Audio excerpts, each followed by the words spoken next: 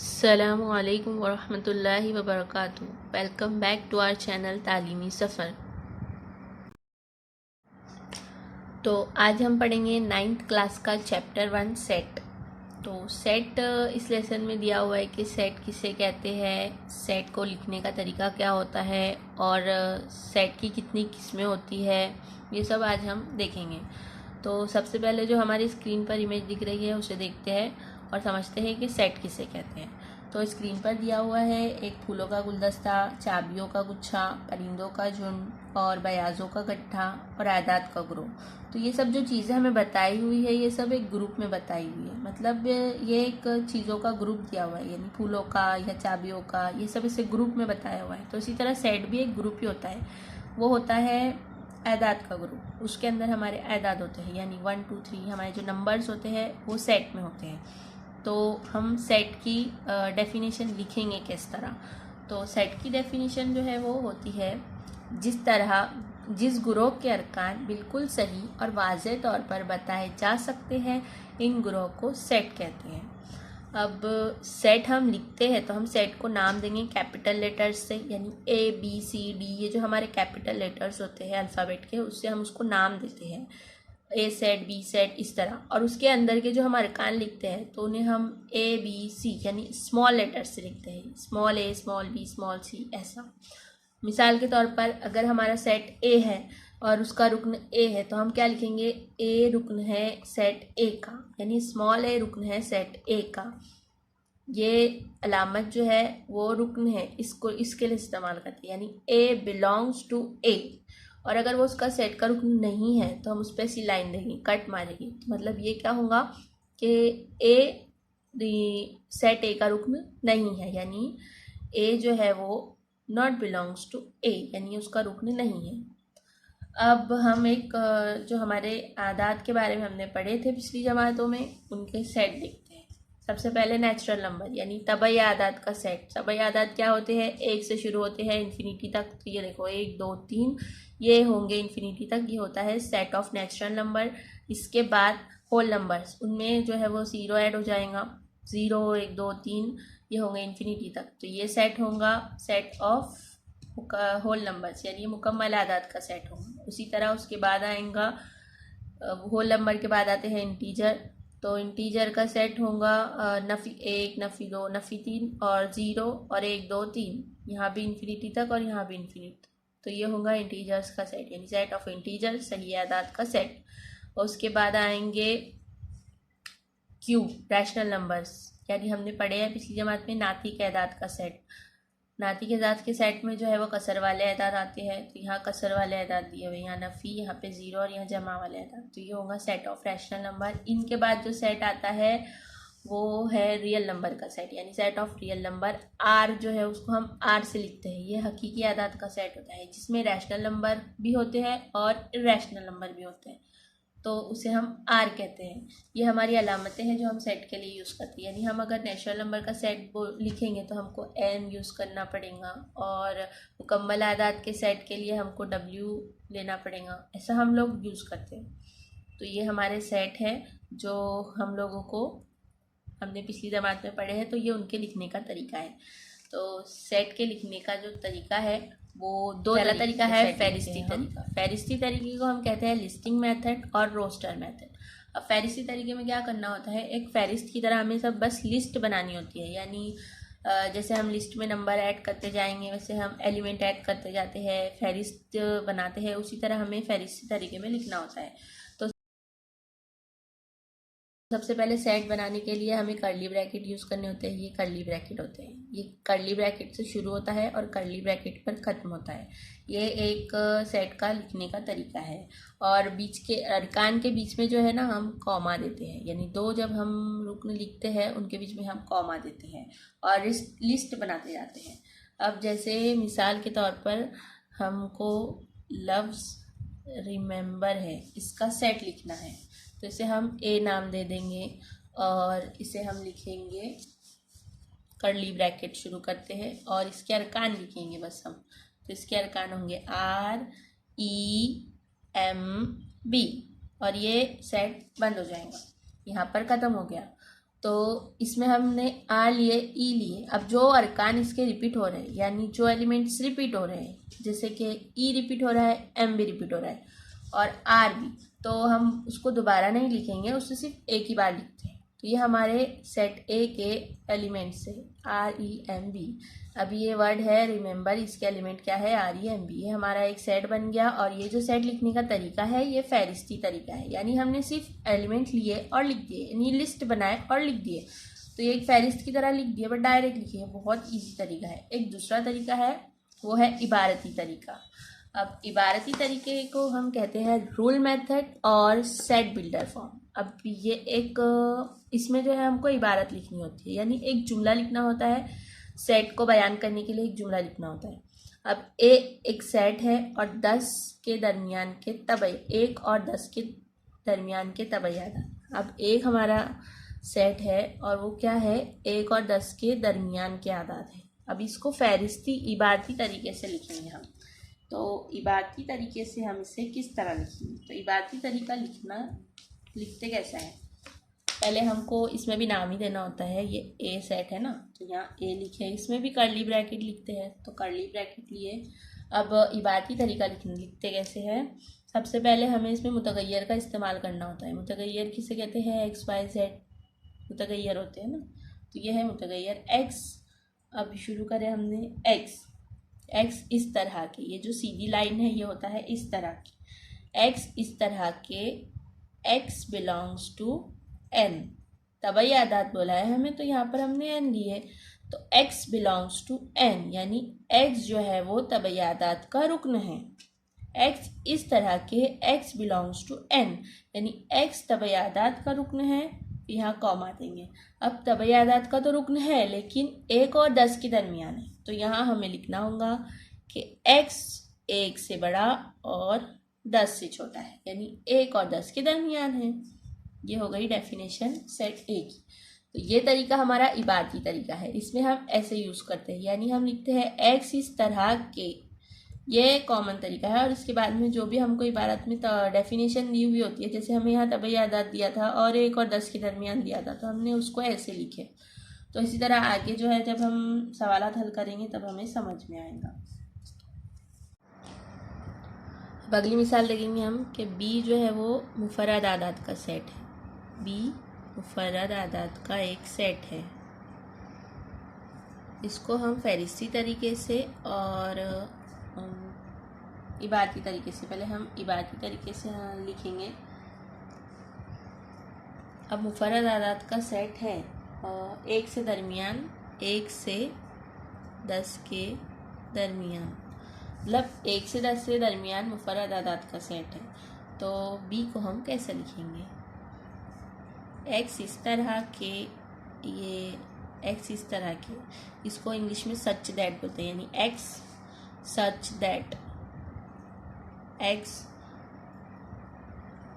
ये 1 और 10 के दरमियान मुफर्रद आदात, तो इसको हम जो है वो यहाँ पर लिखेंगे X इस तरह के, X 1 और 10 के दरमियान मुफर्रद आदात है।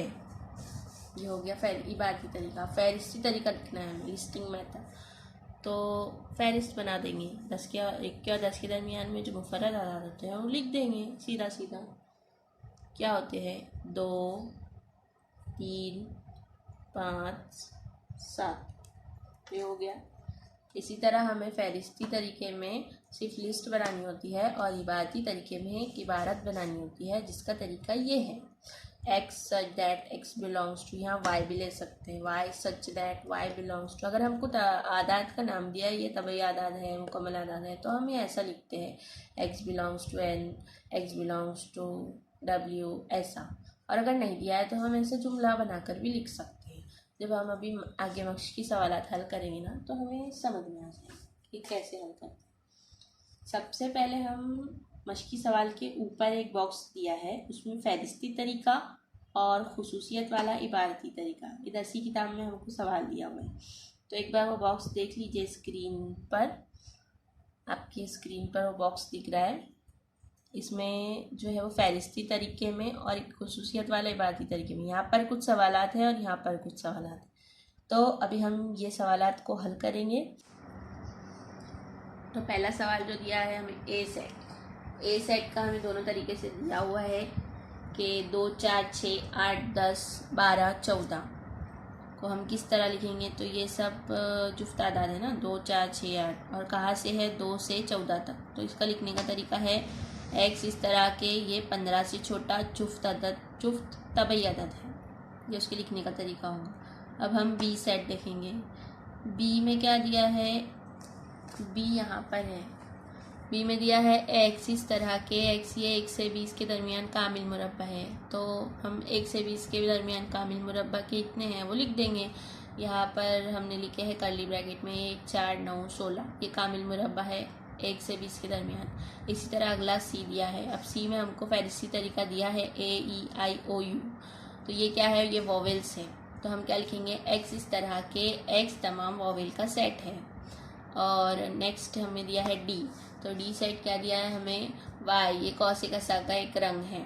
तो ये कौसे कज़ा का रंग है, तो अभी हम कौसे कज़ा के रंग लिखेंगे। डी बराबर होता है लाल, पीला, नीला, इसी तरह आगे पूरे 7 रंगों के हमें नाम लिखने हैं, तो वो लिखेंगे। तो आप लोग ये पूरे नाम लिखना यहाँ पर और ये कर्ली ब्रैकेट बंद हो जाएगा। फिर अगला सवाल में पी दिया है। पी हमें दिया है x इस तरह के, x ये सही अदद है, इस तरह के x की कीमत दी है नफ़ी 3 से 3 के दरमियान में। तो ये क्या होगा, इसके हम लिस्ट बनाएंगे, नफ़ी 2, नफ़ी 1, 0, 1, 2, ये लिस्टिंग मेथड है। अब ये नफ़ी 3 से बढ़ा दिया था इसलिए हमने नफ़ी 3 नहीं लिए, सिर्फ नफ़ी 2 से शुरू करें। और यहाँ 3 से छोटा दिया था तो हमने 3 भी नहीं लिए, उससे छोटा अदद 2 लिए।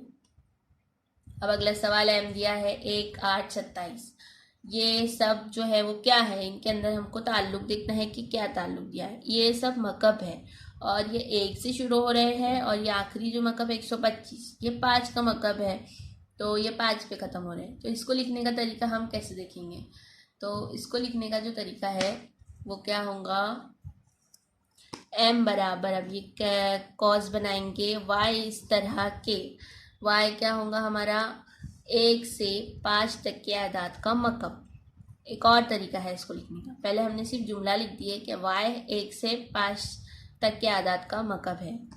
और दूसरा तरीका हम लेंगे m is equals to curly bracket n cube, यानी n का मकब इस तरह के n belongs to natural number, यानी n जो है वो नेचुरल नंबर का रुकन है, ये स्मॉल n। और यहाँ पर हमें क्यूब दिया है इसलिए यहाँ पर हमने n क्यूब लिखा। अगर यहाँ हमें स्क्वायर दिया रहता तो हम यहाँ स्क्वायर भी लिख सकते थे, यानी n स्क्वायर लिखते और फिर n belongs to natural number लिखते। वो जैसा हमें सवाल में दिया होगा हम वैसा लिखेंगे। और n की कीमत क्या है हमारी 1 से 5, तो यहाँ पर हमने less than 1 and equal to 1 दिया है। ये लेस देन इक्वल टू होता है, यानी ये छोटा भी है और बराबर भी है, यानी हमको 1 भी लेना है। इस अलामत का मतलब क्या होता है, ये जो अदद है हमें वो भी शामिल करना है। और यहाँ पर 5 है तो हमें 5 भी लेना है। इसी तरह पहले हमने क्या देखे थे, यहाँ पर सवाल में कैसा दिया हुआ था, ये लेस देन दिया हुआ था और ये ग्रेटर देन। तो ये हमने 3 नफ़ी 3 और 3 नहीं लिए थे जवाब में, क्योंकि ऐसी अलामत होती है तो हमें इससे बड़ा लेना होता है और यहाँ जो दिया है इससे छोटा लेना होता है। लेकिन हमको जो है वो 1 और 5 दोनों लेने हैं, तो हम इक्वल टू भी लगाएंगे साथ में। ये बहुत इंपॉर्टेंट है क्योंकि इसकी वजह से जो जवाब है वो बदल जाता है।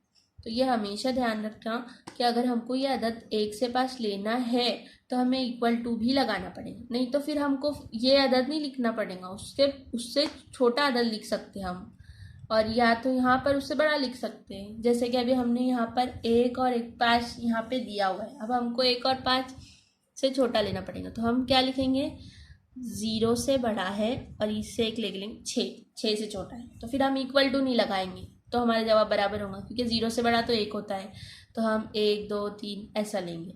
लेकिन यहाँ अगर हमने 0 ले लिए तो फिर ये नेचुरल नंबर में नहीं आएंगे ना, क्योंकि 0 नेचुरल नंबर में नहीं आता, तो यहाँ पर भी बदल जाएगा, यहाँ हो जाएगा n बिलोंग्स टू w।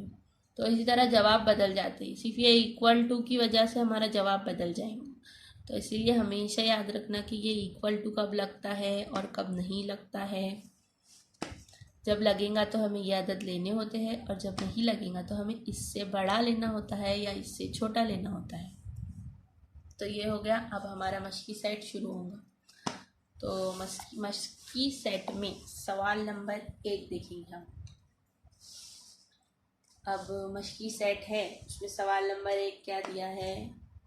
सवाल नंबर 1 में दिया है दर्ज झेल सेट फहरिस्ती तरीके से लिखिए। अब हमको सवालात दिए हैं, उनको हमें फहरिस्ती तरीके से, फहरिस्ती तरीका होता है लिस्टिंग मेथड। तो पहला सवाल क्या दिया है? जब जुफ्त तबई आदात का सेट। अब जुफ्त तबई आदात का सेट हम कैसे लिखेंगे? तबई आदात क्या होते हैं? तबई आदात होते हैं 1, 2, 3, 4 से शुरू होते हैं तबई आदात। और जुफ्त तबई आदात का सेट लिखना है तो जुफ्त हम तबई आदात के लिए n इस्तेमाल करते हैं, तो हम लिखेंगे n बराबर कर्ली ब्रैकेट, जुफ्त होते हैं 2, 4, 6, 8 आगे तक लिखेंगे और यहाँ इन्फिनिटी भी लगा सकते हैं, ब्रैकेट बन हो गया। अब दूसरा सवाल क्या दिया है? तमाम मनफी नहीं, दूसरा सवाल है 1 से 50 के दरमियान जुफ्त मुफर्रद आदात का सेट। अब जुफ्त मुफर्रद आदात बोला है तो जुफ्त मुफर्रद आदात का सेट होगा, इसको हम ए नाम दे देंगे। जुफ्त मुफर्रद आदात कौन से होते हैं? पहले तो जो मुफर्रद आदात होते हैं वो जुफ्त आदात में नहीं आती, क्योंकि जितने भी जुफ्त आदात है वो सब मुरक्कब होते हैं, क्योंकि वो 2 के पहाड़े में आएंगे तो वो मुरक्कब आदात है। इसीलिए एक ही जुफ्त मुफर्रद आदात है और वो है 2, जो कि सिर्फ खुद के पहाड़े में आता है और 1 के पहाड़े में आता है। मुफर्रद आदात क्या होते हैं? जो खुद के पहाड़े में आते हैं और 1 के पहाड़े में आते हैं।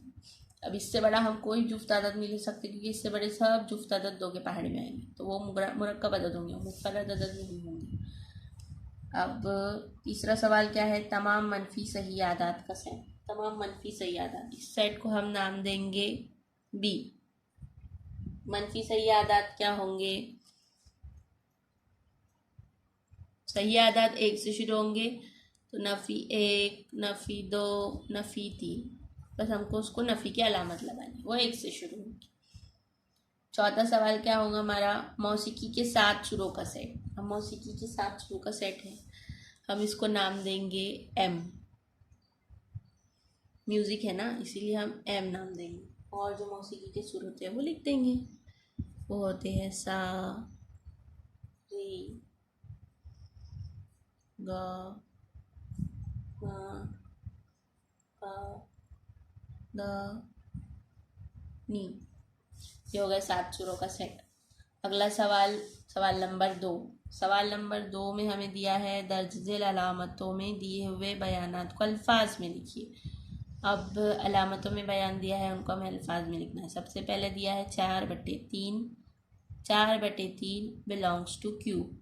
इसका मतलब होगा 4/3 क्यू का रुकन है। अब क्यू क्या होता है ये भी हमें याद रहना चाहिए, तो इसलिए हमें ये सब जो नंबर्स की अलामतें दी हुई है ना, वो सब याद करना है कि नेचुरल नंबर को क्या कहते हैं, नातिक अदद को क्या कहते हैं, होल नंबर को क्या कहते हैं, ये सब हमें याद रखना पड़ेगा, क्योंकि सवाल में कुछ भी आ सकता है।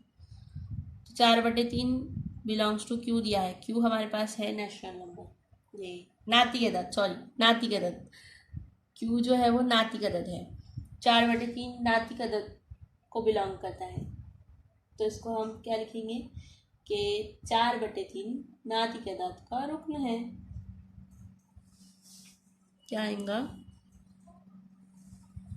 4/3 नातिक अदद का एदाद का रुकन है। अब सवाल नंबर 2 क्या दिया है? नफ़ी 2 नेचुरल नंबर को का रुकन नहीं है, ऐसा दिया है हमको, यानी जो बीच में अलामत दी है उस पर कट दिया है, यानी वो उसका रुकन नहीं है। तो सीधे से हम क्या लिख देंगे? नफ़ी 2 जो है वो तबई अदद नहीं है। नेचुरल नंबर होते हैं तबई अदद, तो तबई अदद नहीं है। अब अगला सवाल दिया है P बराबर, P इस तरह के P एक ताकत है। तो इसका मतलब क्या होता है कि P जो सेट है कैपिटल P ताक़ेदात का सेट है, तो हम कैपिटल P लिखेंगे और लिख देंगे ताक़ेदात का सेट है। P ताक़ेदात का सेट है। हो गया। अब सवाल नंबर 3, कोई भी दो सेट फहरिस्ती तरीके से और खुसूसियत के इजहार बयान करने वाले इबारती तरीके से लिखिए। ये सवाल नंबर 3 है। अब हम हमारी मर्जी से कोई भी सेट लिख सकते हैं, लेकिन दोनों तरीके से लिखना है। तो सबसे पहले हम एक सेट लेते हैं, हमारा नंबर वाला सेट लेंगे हम, वो होगा W1। W क्या होते हैं? हमारे होल नंबर्स, यानी मुकम्मल आदाद। वो 0 से शुरू होंगे, 1 2 3 ऐसे लेंगे। अब ये हमने फहरिस्ती तरीके से लिख दिया। अब इबारती तरीके से कैसा लिखेंगे हम लिखेंगे W बराबर x इस तरह के, एक कॉज बनाएंगे, यहाँ पर लिखेंगे x इस तरह के। x ये मुकम्मल अदद है, ये मुकम्मल अदद है। ये दोनों तरीके हो गए। ये हमारा पहली मिसाल थी। अब हमारी दूसरी मिसाल हम क्या लेंगे? दूसरी मिसाल में हम क्या लेते हैं? a बराबर 1 3 5 7 9। अब ये क्या है? ये सब है ताक अदद। जुफ्त अदद का हमने देख लिया, अब हम ताक अदद का भी देखेंगे। 1 3 5 7 9, तो ये सब ताक अदद है। तो इसका फहरिस्ती तरीका क्या होगा? a बराबर y इस तरह के, अब हम यहाँ y ले रहे हैं तो y इस तरह के, y ये ताक अदद है। y ताक अदद तो है, लेकिन y की कीमत कहाँ से है? 1 से 10 के दरमियान ताक अदद होना है। 1 लो या 0 से 10 के दरमियान ताक अदद होगा ना। तो यहाँ पर हम लिखेंगे y इस तरह के, y ये ताक अदद है इस तरह के। y की कीमत क्या होगी? 0 से बड़ी और 10 से छोटी। ये हमारा जवाब है। ये एक मिसाल है, ये दूसरी मिसाल है। अब सवाल नंबर 4। सवाल नंबर 4 में दिया है द डिजिटल सेट फहरिस्ती तरीके से लिखिए। अब वो भी फहरिस्ती तरीके से ही लिखने हैं हमें। तो पहला सवाल है भारतीय शमसी साल के सब महीनों का सेट। तो अब हमारा शमसी साल के महीनों का सेट लिखना है। तो सबसे पहले सवाल नंबर 1, ये सेट को हम क्या नाम देंगे? कुछ भी नाम दे सकते हैं हम, ABCD। हम नाम दे देंगे A। वो हमने A नाम दिए। अब हमको भारतीय शमसी साल लिखने हैं, वो हमें याद नहीं होते, वो भी याद करना पड़ेंगे। वो होते हैं चैत्र, वैशाख, ज्येष्ठ। इस तरह पूरे जो 12 साल होते हैं ना, वो 12 महीने होते हैं। वो तमाम महीनों के नाम लिखते ना, ये आपको गूगल पे मिल जाएंगे, वहाँ से सर्च करके पूरे 12 महीनों के नाम लिख लेना। अब सेट हम सवाल नंबर 2 देखेंगे। सवाल नंबर 2 है कॉम्प्लीमेंट लफ्ज़ के हुर्फ का सेट। कॉम्प्लीमेंट लफ्ज़ के हुर्फ का सेट बनाना है। ये भी बहुत आसान है। तो इसको हम B नाम देते हैं। हमने देखे कि सेट जब हम बनाते हैं तो हुर्फ रिपीट होते हैं, जो लफ्ज़ है वो रिपीट होते हैं। तो हम रिपीट होने वाले लफ्ज़ को 2 बार नहीं लिखते, हम सब हर्फ को सिर्फ एक ही बार लिखते हैं। कॉम्प्लीमेंट में दिया है हमें, तो अभी हम कॉम्प्लीमेंट में COMPLE, उसके बाद NP ऐसा लिखेंगे। जो रिपीट हो रहे हैं हम उनको नहीं लिखेंगे। अब इसके बाद जो तीसरा सवाल है, तीसरा सवाल क्या दिया है? इंसान के तमाम हवा से खमसा का सेट, यानी हमारे जो सेंसेस होते हैं उनका सेट बनाना है। तो वो क्या होते हैं? कान, नाक, आँख। तो वही लिखना है हमें। सबसे पहले आँख होंगी, फिर नाक होंगी, फिर ज़बान भी है, आँख, नाक, ज़बान, कान, और एक लास्ट जो है वो है हमारी जिल्द, स्किन हमारी, ये जिल्द। ये हो गया तीसरा सवाल। चौथा सवाल हल करेंगे।